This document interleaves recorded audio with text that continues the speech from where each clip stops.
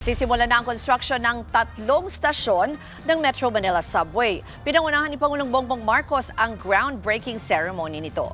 At live mula sa Pasig by Express Report, si Gerard de la Peña. Gerard, kailan sisimula ng construction at saan-saan ba yung mga bagong stasyon?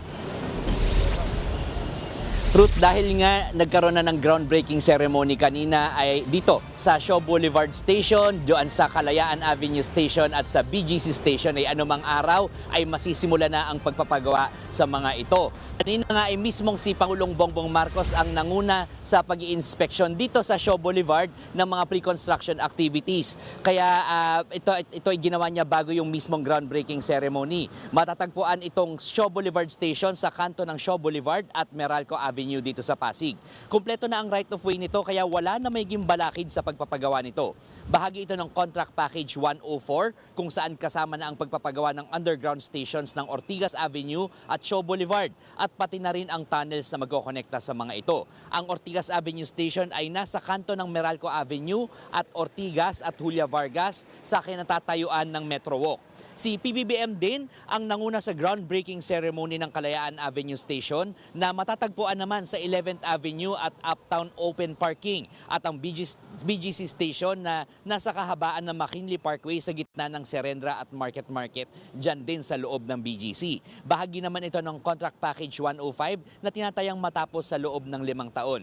Ayon kay Acting Transportation Secretary Giovanni Lopez, halos kumpleto na ang right of way para sa buong kahabaan ng Metro Manila Subway Project na magmumula sa Valenzuela hanggang sa NAIA Terminal 3. Inaasahan makumpleto ang right of way nito sa darating na Hulyo o Hunyo. Kapag nakumpleto na ang buong proyekto, ang dating biyahe mula Valenzuela hanggang NAIA na inaabot ngayon ng 1.5 oras ay mayiging 46 minutes na lamang. Tinataya makakapagserbisyo ito sa 250,000 pasahero araw-araw. Pakinggan natin ang pahayag ni Pangulong Bongbong Marcos. This is the scale of transformation that we are building. And this brings us closer to a fully connected subway that will redefine mobility in our nation's capital. It also brings us closer towards restoring dignity to daily travel and reaffirming our confidence in what we can achieve as a nation. Ruth, alam mo, itong bahaging ito ng Meralco Avenue, kung ito nakikita nyo dito sa aking likuran, isinara ito sa mga motorista noon pang September 2022. At ito ay dahil nga para doon sa mga paghuhukay doon sa mga tunnels na dadaanan ng mga tren. At ngayong nagkaroon na ng groundbreaking para sa pagpapagawa ng estasyon, ay asahan natin na magiging mas abala pa ang construction activities dito. Tinataya raw na matatapos ang buong Metro Manila Subway sa taong 2032. Ruth. Yan po ang Express Report ni Gerard de la Peña.